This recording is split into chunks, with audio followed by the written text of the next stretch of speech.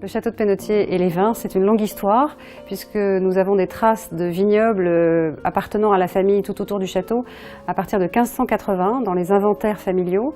Et puis nous avons une trace encore plus importante et encore plus marquante puisque en 1701, nous avons une référence à des vins du château de Pennautier servis à la table des officiers du roi à Versailles. Donc on est sûr que la vigne a toujours été essentielle et présente autour du château, ce qui fait de Pennautier un des plus anciens châteaux de vin en France et de notre famille, une des plus anciennes familles de vignerons en France.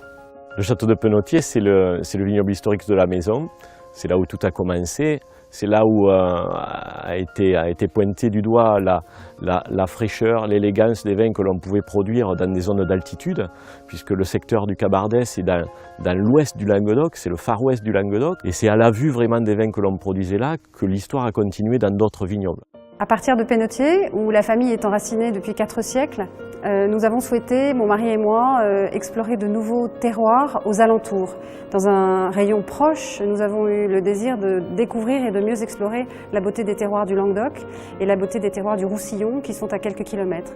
Tous ces vignobles sont implantés en altitude, c'est vraiment le fil conducteur de la maison de l'Orgeril. Et dans les différents vignobles dans lesquels nous sommes installés, c'est tout le temps la même philosophie qui est la finesse, l'élégance, la reproduction de ce que le terroir nous donne, même avec des sols ou des sous-sols différents, que ce soit les argilo-calcaires du Cabardès, que ce soit les schistes du Faugérois, les schistes du Roussillon, les gneiss du Saint-Chinianais.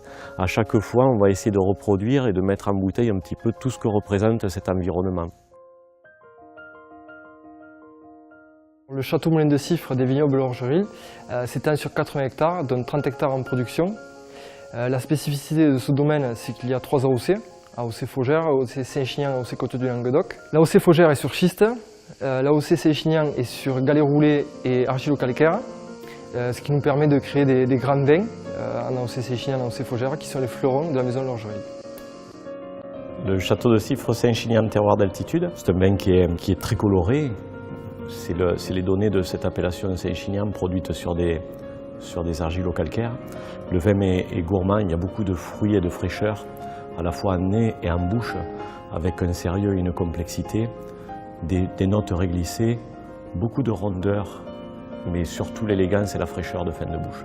Le château de Pennautier, terroir d'altitude, est bien l'image de ce que l'on peut produire dans les terroirs d'altitude. C'est un vin qui a déjà une attirance aromatique, c'est un vin qui a beaucoup d'arômes, qui a une complexité aromatique dans la palette, sur le fruit, sur les fruits rouges, sur les épices.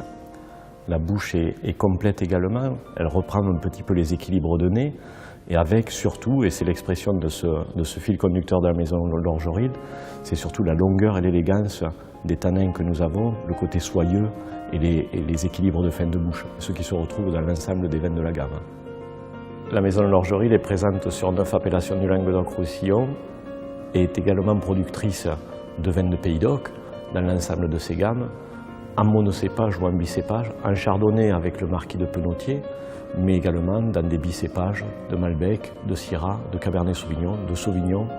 Donc c'est vraiment une gamme très complète qui est proposée.